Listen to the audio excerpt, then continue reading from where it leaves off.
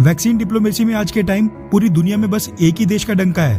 और वो है भारत, जो ना ही अपने देश के नागरिकों को बल्कि पूरी दुनिया के कई देशों के लिए इस महामारी में संकट मोचन बनकर सामने आया है। वैसे ये बात तो आने वाला समय ही बताएगा, लेकिन कुछ एक्सपर्ट्स का ये भी मानना है कि भारत की यही सक्सेसफुल वैक्सीन डिप्लोमेसी भारत को यूएन सिक्योरिटी काउंसिल में परमानेंट सीट और वीटो पावर दिलाने में बहुत ही बड़ी भूमिका निभाएगी, क्योंकि इस महामारी के दौरान सभी P5 देश यानी सभी पांचों परमानेंट देश लीडरशिप क्वालिटीज बिल्कुल भी नहीं दिखा रहे हैं और इस कमी को आज के समय भारत पूरा कर रहा है। भारत को इस पोजीशन तक लाने में सबसे बड़ा हाथ भारतीय सरकार के साथ साथ सीरम इंस्टीट्यूट ऑफ इंडिया और एस्ट्राजेनेका ऑक्सफोर्ड की वैक्सीन कोविशील्ड का भी है, जिनके दम पर आज के समय भारत का नाम पूरी दुनिया में गूंज रहा है। क्योंकि यही एस्ट्राजेनेका ऑक्सफोर्ड की कोविशील्ड वैक्सीन, जिसको भारत में सीरम इंस्टीट्यूट मैन्युफैक्चर करता है, भारत इनको करोड़ों की संख्या में दूसरे देशों को सप्लाई कर रहा है, जिनमें से लाखों डोजेस भारत ने फ्री में भी बांटे हैं।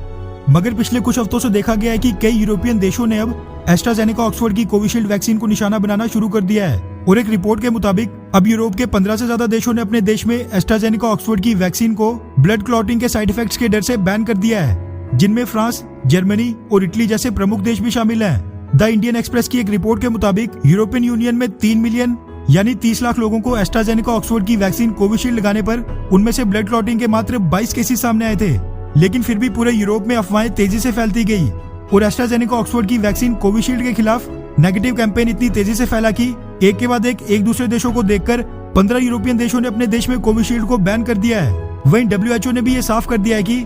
वैक्सीन में कोई भी खराबी नहीं है और इन सभी देशों को ऐसी अफवाहों को बल नहीं देना चाहिए, वरना ग्लोबल वैक्सीनेशन प्रोग्राम का टारगेट, जो काफी हद तक सीरम इंस्टीट्यूट की एस्ट्राजेनेका ऑक्सफोर्ड की कोविशील्ड मैन्युफैक्चरिंग कैपेसिटी पर डिपेंड करता है, वो कभी पूरा नहीं हो पाएगा।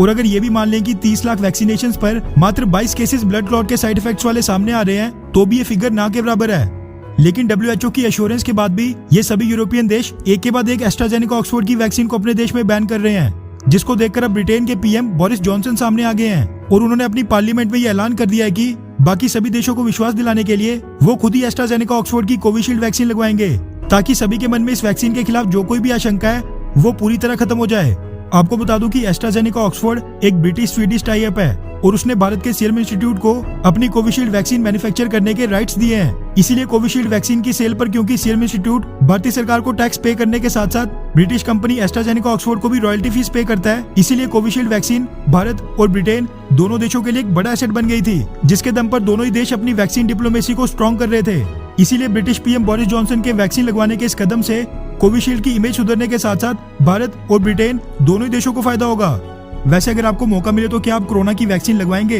हाँ या फिर नहीं? नीचे कमेंट करके अपनी राय जरूर बताएं। अच्छा सुनो, चैनल को सब्सक्राइब करो, उसके बाद घंटी बजा देना ताकि अगली वीडियो आपसे मिस ना हो पाए। Thank you.